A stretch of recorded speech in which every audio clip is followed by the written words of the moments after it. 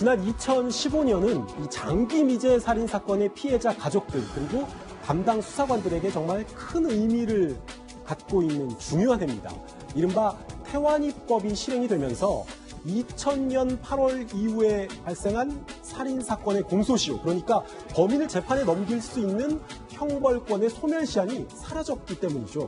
오늘 증거는 말한다에서 다룰 사건도 지난 2001년에 발생해서 아직까지 해결되지 못한 미제 사건이지만 공소시효가 폐지되면서 수사관들이 사건 해결의 희망을 놓지 못하고 있는 사건입니다. 이 사건은 지난 2001년 3월 이 부산 동래구에 있는 커피숍에서 50대 여주인이 살해된 채 발견된 것을 종업원이 경찰에 신고하면서 시작이 됐습니다. 이 몸싸움을 짐작하게 만드는 쓰러진 화분이 발견됐고요. 커피숍 곳곳에서는 혈흔도 발견됐습니다. 그리고 이 망자의 시신에서는 수십 개의 흉기 상처까지 발견되면서 증거는 정말 많아 보였는데 정작 범인이 누군지 가리키는 흔적은 남아있지 않았습니다. 이 용의자만 있을 뿐 그 누구도 범인으로 지목되지 않은 부산 커피숍 여주인 살해 사건. 끝내 해결할 방법은 없을까요? 이 남아있는 단서들을 이 증거는 말한다에서 함께 검토해 보시죠. 살인 사건이 발생한 카페가 30에서 40평 규모, 꽤 규모가 있는 카페예요. 그런데 이 카페가 하루아침에 살인 사건 현장이 돼버렸습니다. 현장은 어떤 모습이었나요? 상당히 참혹했습니다. 왜 그러냐면 이제 그 처음에 종업원이 아침에 출근을 해보니까 문을 딱 여는 순간에 이게 뭐가 일이 있구나라고 느꼈을 수 있었다는 거죠. 그 화분이 쓰러져 있었고 그리고 이제 그 여주인 이 씨의 옷이 바닥에 있었다는 거예요. 그리고 이제 기둥이라든가 카페트 곳곳에 혈흔이 묻어 있었고 그리고 이제 이 그 커피숍의 그 화장실하고 내실로 들어가는 그 문을 이렇게 열어보니까 바로 여주인 이 씨가 그 옷이 벗겨진 채 이 온몸이 피투성이가 됐는데 그 부검을 나중에 해보니까 약 54군데 정도에서 자절창이 발견했다. 즉 찔리고 베인 상처가 발견이 됐다. 그러니까 그 현장 자체는 그 참혹함 그 자체였습니다. 범인은 전날 종업원이 퇴근한 상태에서 홀로 있었을 여주인을 흉기로 수십 차례 찔러 사망하게 했습니다. 변호사님, 용의자는 한 사람일까요? 아니면 그 이상일까요? 일단 이 피해자가 찔렸던 몸의 상처가 총 54곳이었습니다. 그렇기 때문에 굉장히 찔리는 도 많았고요. 또 부검을 해봤을 때 이 범행에 사용되었던 도구가 총 3개예요. 흉기가 다 다른 모양이잖아요. 예. 다른 모양 흉기가 3개입니다. 그렇기 때문에 경찰은 그 당시에 최소 범인이 2명 이상이고 이 2명 이상이 공범으로 이번 살인사건을 범행을 저질렀다라고 추정을 했던 겁니다. 범인은 최소 2명 이상, 카페 여주인은 잔인하게 살해당했습니다. 변호사님. 끔찍한 강력 사건이 발생했기 때문에 수사력이 집중됐을 것 같은데요. 혹시 현장에서 발견된 유의미한 증거 같은 건 없었나요? 아주 중요한 증거가 2개 발견됐습니다. 네. 현장이 굉장히 참혹했는데요. 현장을 잘 천천히 수색을 해본 결과 범인의 것으로 보이는 표식 2가지가 발견이 됐는데요. 첫 번째가 카페 안에 쌀포대가 있었는데 여기에 피 묻은 발자국이 찍혀 있었습니다. 피해자의 것이 아닌? 그렇습니다. 이 발자국을 토대로 신발 브랜드를 분석해보니까 여성용 브랜드 구두였습니다. 꽤 알려진 브랜드였어요. 그 다음에 이 카페니까 테이블이 있었습니다. 이 카페가 이제 낮에는 그 커피를 팔고 저녁에 술을 파는 그런 곳이었는데 이 테이블에 누군가와 술을 마신 흔적이 있었습니다. 그 테이블에 이제 뭐 잔이나 이런 것도 있었는데 그 잔을 수거해서 보니까 범인의 것으로 보이는 지문이 나온 겁니다. 그 족적과 지문 2가지의 증거가 발견이 된 거죠. 목격자나 범인 중에 여성이 있고요. 또 범인이라면은 범인 중에 한 명은 적어도 여성이라는 추정이 가능한 상황입니다. 자, 족적 그리고 지문도 발견이 됐고요. 그렇다면 마지막에 이 여주인과 함께 있었던 사람이 과연 누구인가 밝히는 게 관건이었겠네요. 일단 이 족적과 같은 형태의 구두, 만약에 혈흔이 묻어 있다면 더욱 좋은 상황이고요. 만약에 그렇다면 그런 구두의 주인이 있다면 그 사람이 유력한 용의자일 가능성이 높죠. 그리고 게다가 그 사람이 만약에 범행 발생 추정 시각에 이 커피숍에 드나들었다면 더할 나위 없는 증거가 나올 텐데 이 커피숍 주변에 안타깝게도 CCTV가 없었어요. 그래서 누가 드나들었는지를 확인하는데 실패를 했고요. 게다가 이제 목격자도 없다 보니까 용의자를 특정하는데 어려움을 겪는 상황이 계속됐습니다. 그래도 일단 목격자나 주범이나 공범 중에 여성이 있었다는 것만으로도 일단은 유의미한 사실 아니겠어요?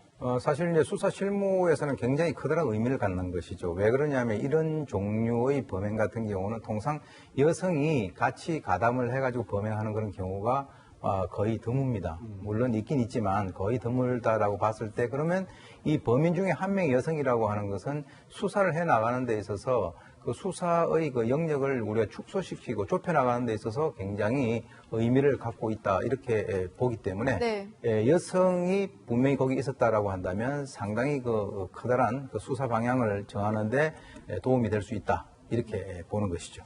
범인들은 사건 당일에 손님인 척하고 카페에 찾아왔을 가능성도 높습니다. 그런데 살인을 저지르고 증거가 많이 남지는 않았어요. 이런 성격으로 봐서는 굉장히 치밀하다고 볼 수 있겠군요.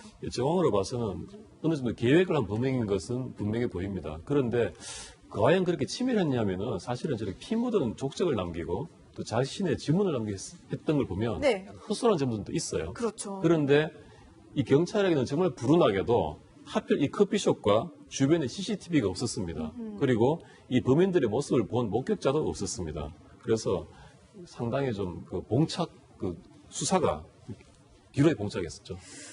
누군지는 모르겠지만 어찌됐든 사건 당일에 누군가가 카페로 여주인을 찾아왔고 흉기로 수십 차례 찔러서 무참히 살해를 했습니다. 그런데 목격자가 없어요. 본 사람이 전혀 없었던 거예요? 사실은 이 마지막 손님이 범인일 확률이 가장 높잖아요. 그러니까 손님들을 기억을 해야 되는데 이 카페에는 살해당한 피해자와 다른 한 명의 여종업원 딱 2명만 일을 하고 있었습니다. 그러니까 살해당한 피해자에게는 더 이상 진술을 받을 수가 없고 그럼 이 여종업원의 기억에 의존을 해야 되는데 이 여종업원도 그날의 기억이 희미한 거예요. 그렇지만 포기할 수가 없으니까 그 당시에 경찰이 최면수를 동원을 했습니다. 그래서 법 최면 전문가를 불러서 이 여종업원에게 최면을 걸어서 그날의 기억을 떠올리게 했고요. 다행히 이 여종업원이 이 최면요법을 통해서 그날에 왔었던 손님들, 이 테이블마다 손님들 하나하나씩 떠올리게 됐던 거죠. 정말 천만다행입니다. 여종업원이 최면 수사를 통해서 용의선상에 유력한 범인들을 올릴 수 있게 됐습니다. 그러면은 그 사람들을 상대로 이제 수사가 시작되겠군요. 예, 그렇습니다. 여종업원들이 기억해낸 손님들을 경찰이 조사를 했습니다. 네. 과연 언제 커피숍에 들어갔고 언제 나왔는지 알리바이를 확인을 한 거죠. 그런데 이들을 다 확인을 해봤는데 별다른 용의점이 확인이 안 됐습니다. 다 알리바이가 있었던 거예요. 범행 시간 현장에는 없었던 겁니다. 그래서 당일 밤 커피숍에서 술을 마신 것은 사실이지만 이 여종업원이 기억해낸 이 손님들 말고 다른 손님이 있었을 수 있었다라는 결론이 결국 도달했고 수사는 다시 원점으로 돌아가고 말았습니다. 그래도 경찰이 최면 수사까지 진행을 한 거 보면은 정말 이것저것 안 해본 거 없이 적극적으로 수사에 임했다라는 생각이 드는데 당연히 탐문 수사 같은 것도 해봤겠죠? 네, 뭐 원점에서 사실상 사건을 다시 수사하기 시작한 거죠. 그래서 딱 현장에서 나온 증거뿐만 아니라 주변 사람들이 얘기하는 뭐 첩보라든지 뭐 풍문까지도 이제 적극적으로 조사에 들어갔는데 경찰의 정보망에 이 사건과 관련된 소문이 하나 포착이 됩니다. 예. 숨진 이 커피숍 여주인 이 씨가 주변 사람들에게 돈을 좀 빌려주고 다닌 적이 있다.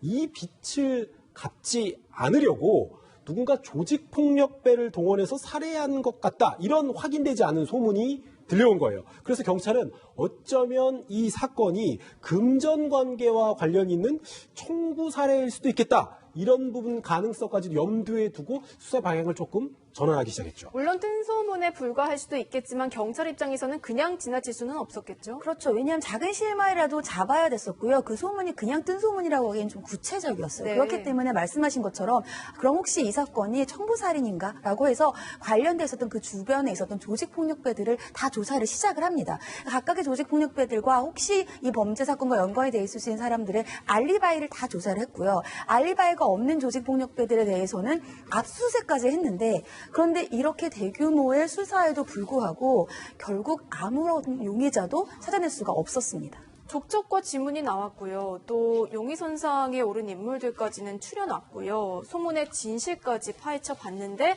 별다른 소득이 없었습니다. 너무나 아쉽습니다. 하지만 포기할 수는 없겠죠. 수사팀을 아예 다시 꾸렸다면서요? 예, 그렇습니다. 이제 언제나 이 수사는 현장에서 시작을 해서 현장에서 끝난다라고 하는 얘기가 있을 정도로 이 현장에 충실해야 됩니다. 그래서 이제 다시 원점으로 돌아가가지고 그 카페에 대해 가지고 아예 처음부터 수사팀까지 교체를 한 상태에서 원점으로 돌아가 수사를 했는데 내실 안쪽에 있는 그 장판 밑바닥까지 다 뒤졌어요. 예. 거기에서 이제 그 다른 사람들에게 돈을 빌려줬다라고 하는 그 차용증 8장을 이제 발견을 했고요. 아, 실제 그럼 여성은 돈을 빌려주긴 했나 보네요. 네, 그렇습니다. 그리고 이제 종업원이 지금까지는 마지막 손님이라고 기억을 했었는데 그거하고 상관이 없는 손님이 없던 그 테이블에서 또 다른 그 중요한 단서를 발견하게 됩니다. 양주 병 뚜껑이 그 밑에 있었다는 거죠. 네. 그렇다면은 사실 이거는 처음 수사에 다소 허술한 그런 면이 있는데 심기일전해가지고 다시 수사를 한 그 소득이라고 볼 수가 있죠. 그런데 그 양주병의 그 뚜껑이 꼬냑으로 이제 그 특정이 됐기 때문에 이것을 언제 누가 샀느냐라고 이제 추적을 해보니까 바로 이 피해자가 샀다라고 하는 거죠. 그렇다면은 이 피해자가 자기가 사왔던 그 양주병을 열어서 같이 마실 정도가 된다면 그 사람은 면식범이 아니겠는가라고 이제 추정을 갖다가 했었던 것이고요. 네. 그래서 이제 또 다른 그 수사의 방향을 잡아서 나가게 됩니다. 자, 지금까지 나온 정황들을 조금 정리를 해보자면 2명 이상으로 추정되는 범인들이 혼자 있는 여주인과 양주를 마시게 됐고 그 자리에서 살인을 하고 현장을 치웠지만 미처 병뚜껑은 차마 치우지 못했다라는 그림이 좀 그려지는데 일단 범행 동기를 좀 더 살펴보면 좀 구체적으로 그림이 그려지지 않을까 싶은데요. 경찰이 이 커피숍의 내실 장판을 걷어내고 발견했던 차용증이 모두 8장이었습니다. 네. 그러니까 숨진 이 커피숍 여주인 이 씨가 뭐 여러 군데 돈을 빌려줬다는 건 사실로 확인이 됐는데 그 차용증 가운데서도 한 장, 특별히 경찰이 주목했던 차용증이 있었습니다. 예. 사건 당일, 이 씨가 살해당한 사건 당일이 변제일로 되어 있는, 갑기로 되어 있는 3,400만 원짜리 차용증이 나온 건데요. 채무자는 여성이었습니다. 그러니까 경찰은 어쩌면 이 범인들이 이 사건 당일이 변제일로 되어 있는 이 차용증을 빼앗아서 없애려고 하는 과정에서 이 씨를 살해한 것이 아닌가 이렇게 의심을 했죠. 그래서 이 차용증을 써준 여성 채무자 쪽으로 수사력을 집중하기 시작합니다. 지금으로서 가장 유력한 용의자 30대 여성입니다. 채무자입니다.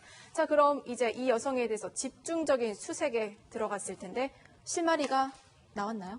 사실 이 여성에 대해서는 이제 심정은 있었는데 물증이 없는 그런 상황이었죠. 그래서 이제 바로 변제일이 사건 당일이었다라고 하는 것인데 문제는 아까 얘기 나왔습니다. 목격자도 없고 피 묻은 옷이라든가 신발도 전혀 나오지가 않았습니다. 그래서 이제 문제는 이 사람이 누군가와 통화를 한 내역이 있었는데 그것만 가지고로 이제 어떤 그 범인으로 단정을 지을 수가 없는 그런 상황이었죠. 그래서 이제 이 A 씨 주변을 집중 조사를 하는 중에 갑자기 황당한 일이 발생이 되어버립니다. 뭔가요? 바로 이 여성이 교통사고를 당해서 사망을 해버린 거죠. 이 채무자가요. 그렇습니다. 이 조사를 받던 그 여성이. 근데 이런 경우는 이제 우연히 바로 그때 당시에 교통사고를 당한 것인지 아니면 경찰에서 수사망이 좁혀오니까 본인이 어떤 극단적인 선택을 한 것인지 그거는 밝혀지지는 않습니다만 통상 어떤 사건들 중에서 본인에게 수사망이 쪼여올 때 그것의 어떤 심적인 압박을 견디지 못하고 이렇게 극단적인 선택을 하는 그런 경우가 가끔씩 있거든요. 그래서 이것은 또 다시 사건이 원점으로 돌아가 버리고 말았습니다. 조사를 할 뻔했던 30대 여성이 갑자기 사망해버리면서 조사조차 할 기회를 놓쳤습니다. 하지만 경찰은 범인이 최소 2명 이상이라고 했기 때문에 이 여성 말고 다른 범인을 계속해서 쫓고 있는 중인 거죠? 맞습니다. 사실은 이 마지막 유력한 용의자였던 여성이 교통사고로 사망을 하면서 미제 사건으로 남아 있었어요. 근데 이 처음에 말씀하셨듯이 태완이법이 생기면서 이제는 살인 사건에 대한 공소시효가 없어졌습니다. 여전히 범인을 찾으면 이 범인을 처벌할 수가 있기 때문에 경찰은 처음부터 다시 시작한다는 각오로 사건을 되짚어볼 예정이고요. 사소한 제보도 도움이 되니까 적극적인 제보를 기다리고 있다고 합니다. 범인은 현장에 몇 가지 증거를 남겼지만 정작 범인을 특정할 수 있는 실마리는 하나도 없는 사건입니다. 사건 발생 19년이 지났습니다. 지금 범인은 어디서 뭘 하고 있을까요?